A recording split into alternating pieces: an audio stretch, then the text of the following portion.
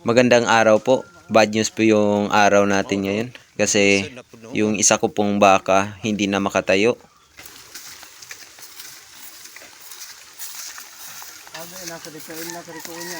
Asa maoning baka ha? Awon sa gudi ay. Unya mo to ni kain na. Tama ni litaan kaniha.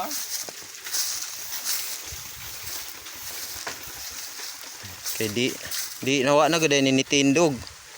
Wa na, kasi Basig isipon. Saan? wa mo pod. Wala man pud tuod. Wala. Siya nga pod no kuan ra ba dayon ta? May aki sige ko niya. Ano man ning no. Ay sigbog no hapon. Wa po daw yung napiang. Adi mo pod tiya. Asa pagkapi ang dire nga punig Mao. yan.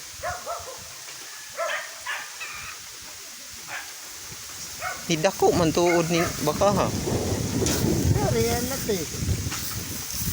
Mo na lati.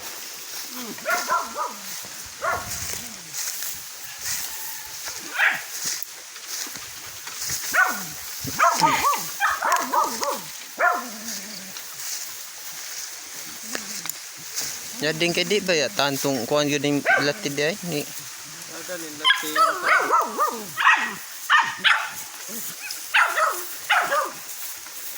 Liwat man atong Yes. ha? Ini last ang liwat atong buto dito mo siya. Basin daig na gusto. Oh.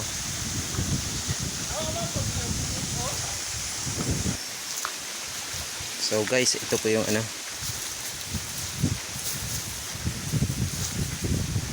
anak niya. Bali ito po yung para sa akin. Tapos ito yung inahin na pinaalagaan ko. Ayaw nang tumayo. Sabi nung mga kapitbahay namin na may experience ng ganito, nilagnat lang daw.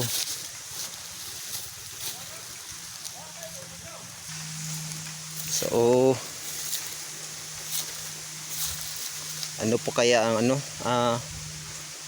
ang solusyon dito? Di ko pa po alam. Sabi ng iba yung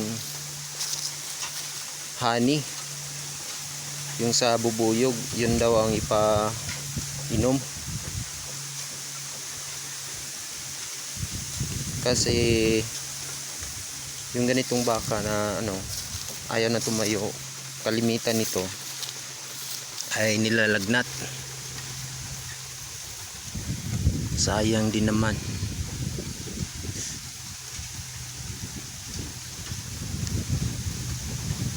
Swerte na sana ako nung isa kong baka na may dalawang anak.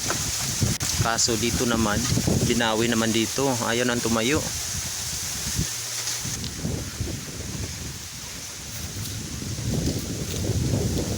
Gagaling pa po ito. Sana po igagaling pa po ito. Kawawa naman. Maya po pupunta po akong bayan, magtatanong-tanong po ako sa mga eksperto doon kung anong panggamot dito. Sana po gagaling pa po ito. Kay bahin ni mo anag mo sobra nag 15 ng kanana halin ug kon manggaling. Ito, yung 18 daw ito ni 15 ra to ni. Uman ni pinakauna gong kuan. naman ang kapatingal. Basin di igma.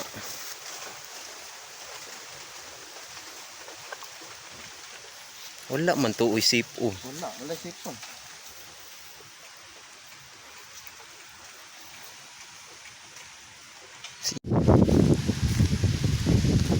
So yun po. Pinainom na po natin ng Biogesic. Yun po kasi ang advice ng iba. dapat sana sabayan yun ng ano, tawag sa amin dugos, yung sa bubuyog aling honey. Kaso wala pong mabili pa ngayon. Susubukan ko po sa ano, sa lungsod, sa bayan. Sana may makikita po tayo.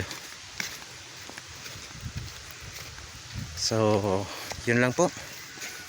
Maraming salamat.